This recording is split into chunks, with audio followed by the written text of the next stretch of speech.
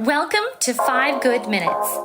You're listening to today's inspirational message on the book of Daniel With Dan Irvin. Well, here we are looking at the 4th chapter of Daniel again, and we've seen a remarkable transformation in King Nebuchadnezzar, the most powerful man in the world at the time. He stood on his rooftop and declared, "Is not this the great Babylon that I have built for my glory, of my majesty?" And now we see something radically, remarkably different in verse 37. He says, "Now I, Nebuchadnezzar, praise and exalt and glorify the King of heaven."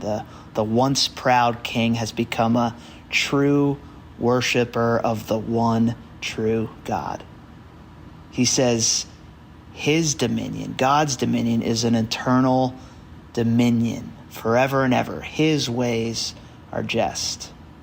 Nebuchadnezzar realizes something that all of us must come to terms with at a certain point if we're truly willing to be or wanting to be worshipers of the King, that there is a throne above every throne on earth, that there is a kingdom that God is inviting us to that cannot be shaken, that cannot be taken over, and that there is a king, a true king, who is worthy of all that we have, of all of our worship.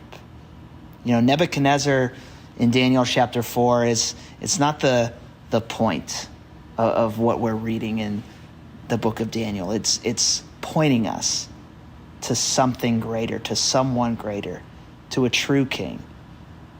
Even after Nebuchadnezzar's great transformation, you know, there's still a shadow, but there's a true king coming, a better king, King Jesus, like we've seen in the previous 4 days. And unlike King Nebuchadnezzar, Jesus didn't need to be humbled.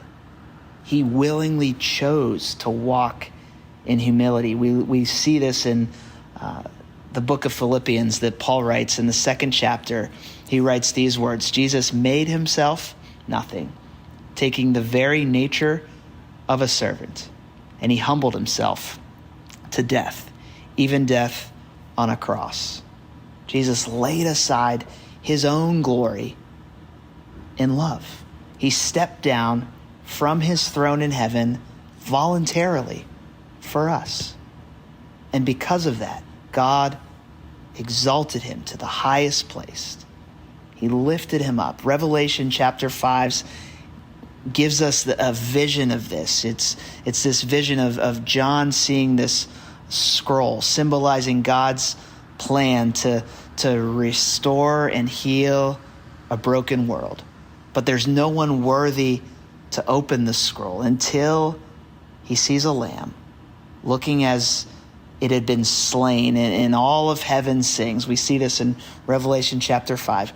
"Worthy is the Lamb who was slain to receive power and wealth and wisdom and strength and honor and glory and praise." Because he gave up his power to save us, because he used his authority not to crush us, but to heal us. Because the King, King Jesus, on the throne has scars to prove it, to prove his love for us.